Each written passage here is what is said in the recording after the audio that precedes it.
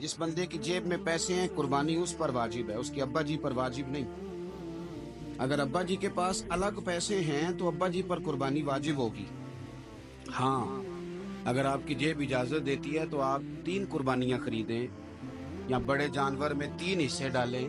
तो अब आप 2 वालदैन की हो गई, एक आपकी अपनी हो गई, लेकिन जब तक आप पर वाजिब कुर्बानी आप नहीं देते तब तक वालदैन की कुर्बानी देना दुरुस्त नहीं है, क्योंकि ये दीन में वाजिब है। जो नमाज आप पे फर्ज है वो आपने पढ़नी है, और जो अब्बा जी पे फर्ज है वो अब्बा जी ने पढ़नी है। इस मसले को भी जरूर ज़हन नशीन करें। उससे अगली बात जो और ज्यादा जरूरी है उसका जरूर ख्याल फरमाएं। हिस्से डाले जाते हैं कुर्बानी के हिस्से, तो 6 हिस्से हो गए, अब 7वां हिस्सा मिल नहीं रहा, तो एक तगड़े से बंदे के पास जाके मालदार से कहा कि चौधरी साहब हिस्सा डाल ले, एक हिस्सा कम है।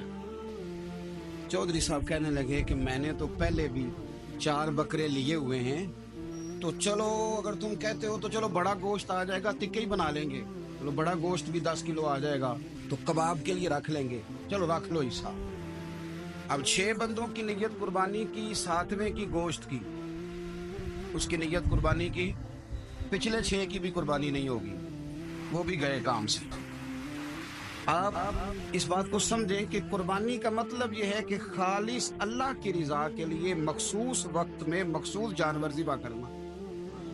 इसलिए ये ज़रूर तवज्जो करें इस बात पर कि हम कई लोगों को फोर्स करके शामिल कर लेते हैं। बंदा मालदार होता है, वो भी कहता है चलो ठीक है कोई अर्ज नहीं, लेकिन वो नॉमिनेट करेगा।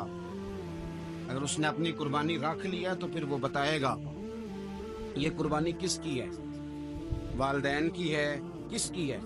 तो कुर्बानी इस तरतीब से करें कि उसके सारे मसाइल से आगाही हासिल